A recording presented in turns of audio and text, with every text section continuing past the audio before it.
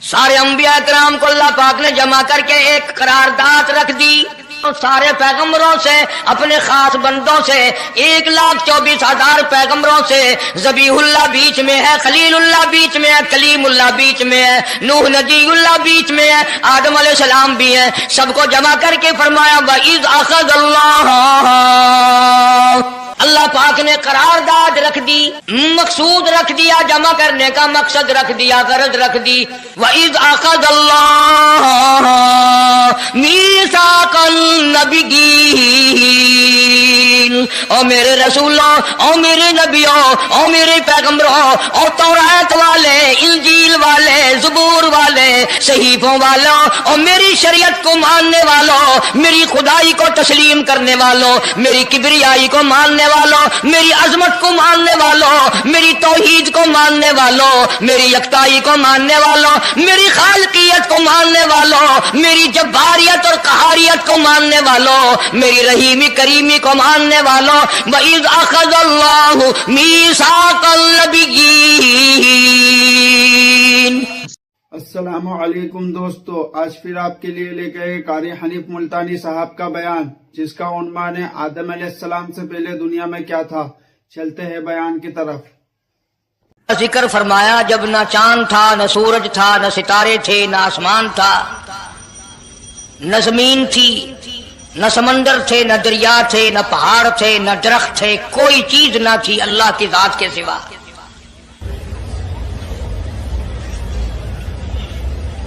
یعنی حق سبحانہ و تعالی و تقدس نے اس وقت کا ذکر خیر فرمایا جب خالق کائنات نے دنیا بنائی نہ تھی، اس کے علم میں سب کچھ تھا، عالم ارواح میں سب کچھ تھا،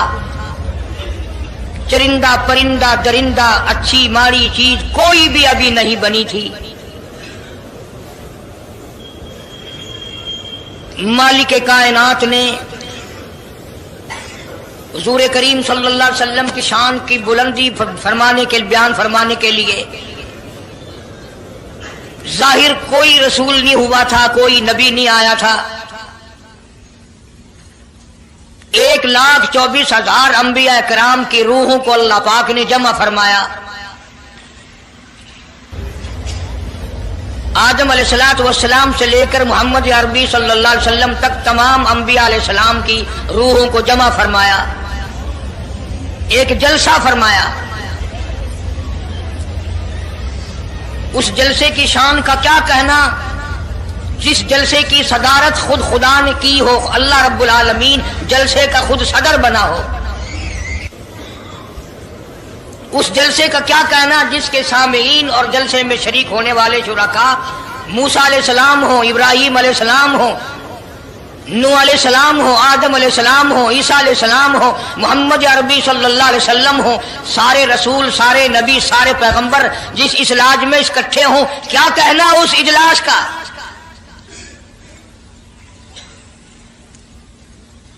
اور جس غرض کے لیے اللہ پاک نے جمع فرمایا، اکٹھا فرمایا، اس غرض کا کیا کہنا، اس مقصد کا کیا کہنا، اس مطلب کا کیا کہنا جس لیے یہ سارے نبی اللہ پاک نے اپنے دربار میں بلائے۔ بڑے سے بڑا نبی، چھوٹے سے چھوٹا پیغمبر، تمام کے تمام موجود ہیں، سب شریک ہیں۔ اس لیے ان سب کو اکٹھا فرمایا، اس لیے ان سب کو جمع فرمایا تاکہ آمنہ کے در یتیم رسول کریم صلی اللہ علیہ وسلم کی سرداری کا عالم ارواح میں ڈنکا بجا دیا جائے۔ یعنی آپ صلی اللہ علیہ وسلم کی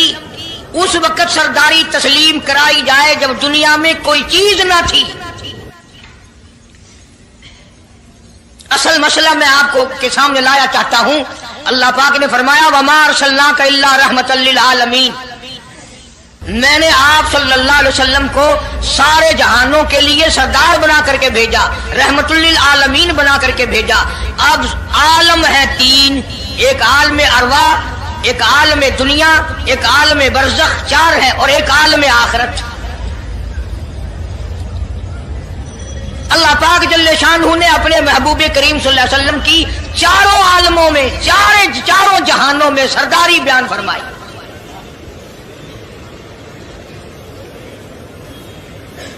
پھر بھی اگر لوگ کہیں کہ یہ لوگ حضور کریم صلی اللہ علیہ وسلم کو نہیں مانتے، اور یوں کہو ہم نبی کو مانتے ہیں، تجھے نہیں مانتے، تیری رسومات کو نہیں مانتے، تیری خرافات کو نہیں مانتے، تیری بکواس کو نہیں مانتے،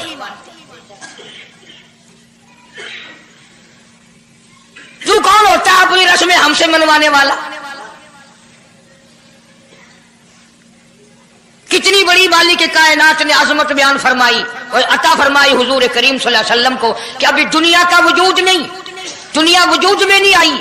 آسمان نہیں، زمین نہیں، ستارے نہیں، چاند نہیں، دن نہیں، رات نہیں، کوئی چیز نہیں، اللہ پاک نے سارے انبیاء کرام کو جمع فرمایا ہوا ہے۔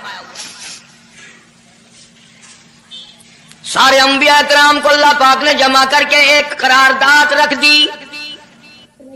سارے پیغمبروں سے، اپنے خاص بندوں سے، 1,24,000 پیغمبروں سے، ذبیح اللہ بیچ میں ہے، خلیل اللہ بیچ میں ہے، کلیم اللہ بیچ میں ہے، نوح نبی اللہ بیچ میں ہے، آدم علیہ السلام بھی ہے، سب کو جمع کر کے فرمایا وَإِذْ أَخَذَ اللَّهُ،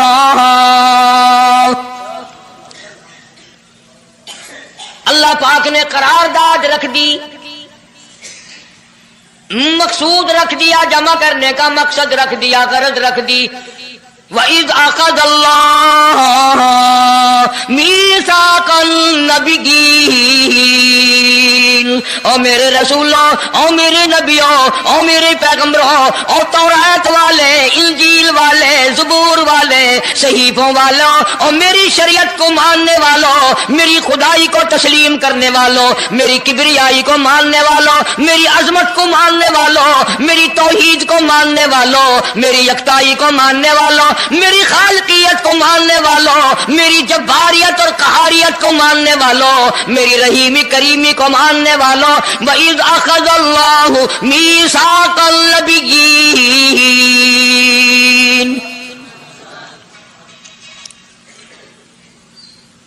میں آج تم سے ایک اقرار لیا چاہتا ہوں، ایک میں نے دستاویز تمہارے سامنے رکھ دی، میں تم سب سے دستخط کرانا چاہتا ہوں، ایک محضر نامہ تمہارے سامنے رکھ دیا، ایک دستاویز تمہارے سامنے رکھ دی، میں نے قرارداد پیش کی، تم اس کی تائید کرو۔ مطلب یہ نہیں اگر تائید نہیں کرو گے تو یہ قرارداد نہیں چلے گی یا یہ دستاویز نہیں چلے گی، یہ بات نہیں، اللہ پاک کا تو سب کچھ چلتا ہے۔ فرمایا اذا قضى امرا فإنما يقول له كن فيكون، تمہارے دستخطوں کی مجھے ضرورت نہیں، تمہاری تائید کی مجھے کوئی ضرورت نہیں، تمہارے ہاتھ اٹھوانے کی مجھے کوئی ضرورت نہیں، تمہاری ہاں میں ہاں مجھے اپنی ہاں میں ہاں ملوانے کی مجھے کوئی ضرورت نہیں، میں بے پرواہ، میں بے نیاز